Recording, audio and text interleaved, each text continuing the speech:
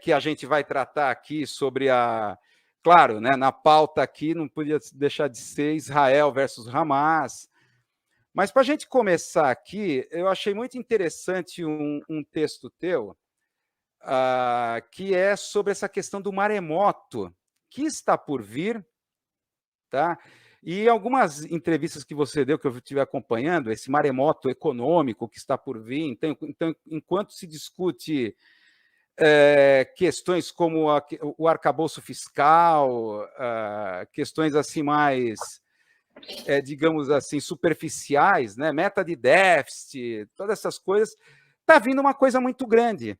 Eu até, até numa das lives aí, eu até achei, eu falei que a nossa situação parece daquele filme Não Olhe para Cima, né?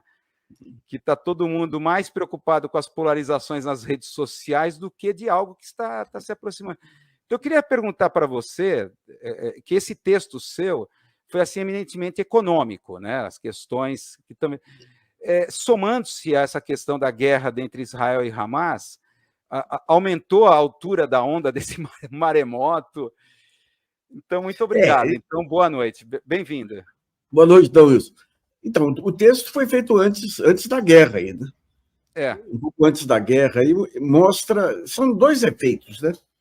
Um é esse maremoto que está vindo por aí. Você tem uma situação... Aliás, você estava assistindo agora, à tarde aí, um filme sobre a crise de 2008, que você cria uma fantasia que vai tudo bem, e vem aquela crise fantástica, né? Nós temos hoje um problema sério que já vem da guerra da Ucrânia e provocou desequilíbrios aí no mercado, custo de alimentos, de energia, e os Estados Unidos eles estão numa sinuca de bico, que no fundo é a falência desse modelo ultraliberal, né? Eles estão numa sinuca de bico porque vem a estatística e mostra uma melhora no mercado de emprego, que é uma melhora pontual. E todos aqueles indicadores de antecedentes, aqueles indicadores que pretendem antecipar movimentos, falam aí numa futura recessão americana. Só que como o indicador presente é um indicador de aquecimento do mercado de trabalho, vai ter um aumento na taxa de juros do Federal Reserve, que é o Banco Central americano. E esse aumento vai provocar problemas aí para todo lado. Para todo lado, você tem... Os Estados Unidos hoje, você tem uma necessidade de emissão de moeda, de títulos públicos aí, que você não tem demanda na frente, né? Porque você tinha os bancos centrais, aí os fundos soberanos e bancos centrais sempre adquiriram esses títulos. Aliás, o grande milagre, entre aspas, americano aí, das décadas passadas era um baita endividamento que a China adquiria os títulos americanos, permitindo aos Estados Unidos crescer sem base na economia real. E, no fundo, tudo se resume a isso, né? O que é a economia saudável? É aquele investimento que levanta uma empresa, aumenta a capacidade de produção de um país, traz inovação, gera emprego, gera pagamento de tributos e tudo. E um modelo que passou a vingar nos Estados Unidos, primeiro a partir dos anos... E no mundo também, nos anos 70, depois a partir dos anos 90, é o modelo Jack Welch. O Jack Welch foi o sujeito que assumiu a presidência da General Electric nos anos 90 e criou um modelo, um modo de gestão que é seguido aqui por Jorge Paulo Lemann e outros. Consiste no seguinte: uma empresa vale pelos dividendos que ela produz imediatamente.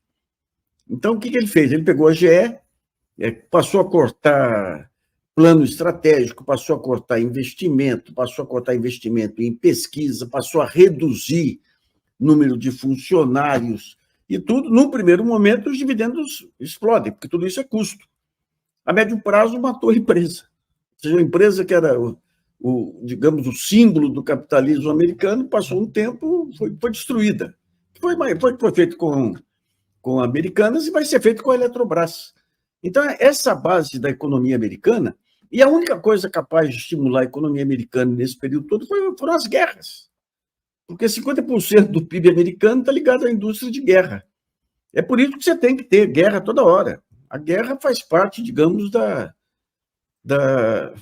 da sobrevivência da economia americana. Acho que foi o Carter, outro dia, deu uma entrevista, ele fala, por que a China virou a maior economia do mundo? Porque aqui só se investe em guerra e lá eles investem em inovação, tecnologia, apoio às empresas, né? Então, você tem, pela primeira vez, desde que o capitalismo começou, especialmente desde o começo do século, você tem esse modelo, que foi a maneira que os Estados Unidos encontrou para produzir o seu poder no mundo, é esse modelo democrático de mercado. Democrático entre aspas, né? Porque não é cada pessoa um voto, é cada dólar um voto.